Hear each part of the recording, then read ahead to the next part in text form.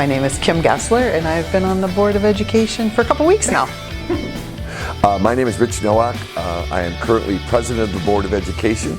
I have served on the Board of Education for 7 years. I'm Tammy Shebek.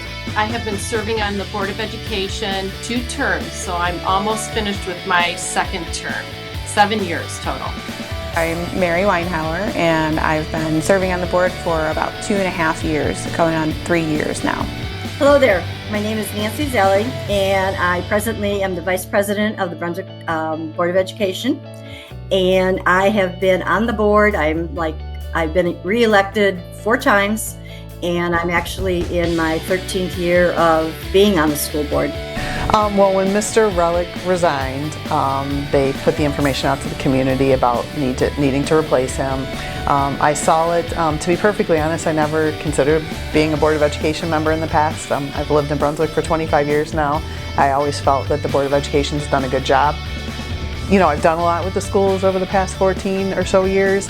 I feel like I have a pretty good base of knowledge. I know a lot of people, kind of know how the school works a good bit, so I thought I would, because of that understanding, I thought that maybe I would be a good candidate because I could jump right in and, you know, be able to assist right away versus the learning process that would need to occur. So I put my name in the hat, went through the interview process, and was selected. But I felt that I had some knowledge of the Brunswick City Schools. I had some knowledge of Brunswick. I was not just a resident, but I was a resident with some added skills from being in the schools for over 40 years. I knew the ins and outs of the schools. I know what teachers needed. I know what teachers didn't need. I knew what the schools needed, I thought, and I knew what the schools did need. I thought that I could give, everybody has something to give to the board, and I thought that that could be my gift to the board, and I had some knowledge that I could share with them from my experience in the schools. We approached, and at the time I was serving on the chamber board and really had thought I felt honored that somebody thought I would be, smart enough and that I could run for the board. So I really gave it some thought and thought about, how important the education was to my children at Brunswick. I really appreciated all of the past board members and the board members when my children were in school. I thought they did an outstanding job. The main reason is that I looked at the Board of Education and didn't see any parental representation there. And I thought that was odd, that there was no one on the board who was a current parent of a current Brunswick student. And I thought, well, those are decisions being made, and maybe some parent perspective would be a good idea. So that's the main reason that I ran.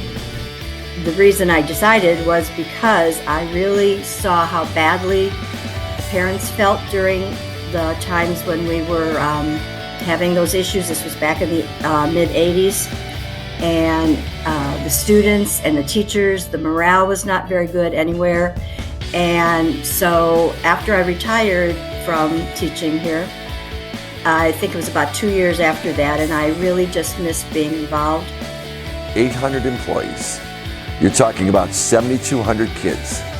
When we talk about, let's talk about 78 buses, 11 buildings that will now be 9. The Board of Education is regularly scheduled to meet twice a month. The first Monday of the month they meet at 6:30, and that's considered a work session. And then the third Monday of the month is the regular Board of Education meeting for the month, and that's also at 6:30. And generally they're held in the conference room, the Board of Education conference room. Sometimes when they're inviting people to attend the meeting because they're recognizing people from the schools or the community, they sometimes do it in the PAC. We get paid $125 a meeting. All of the minutes from all of the meetings are housed on the district website via the Board Docs app. So we represent the public. That's our job. Whether it's monetary, whether it's with personnel, but we do not get involved in day-to-day decisions. That is the job of our administrative team and the treasurer's office.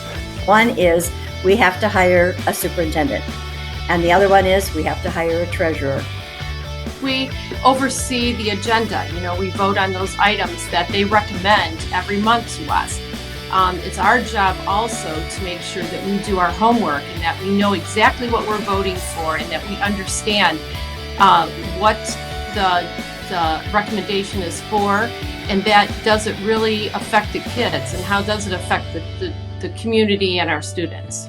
The other part of our job is to listen to the community and kind of be the voice of the community to make sure that we're steering the district in the right direction when it comes to the big decisions. We have the same concerns that most of our residents do. And we always put our residents and our students first in every consideration that any decision that we have to make. But the best thing that we get to do, I have to say, is commencement, because I get to shake the hand and hand a diploma to hundreds of kids. And I get to share that special moment with them and be the first one to say congratulations. And it's just infectious to see they are glowing, and for so many of them, this is the biggest moment in their lives up until this point. So I get to share it with them, and it's really exciting.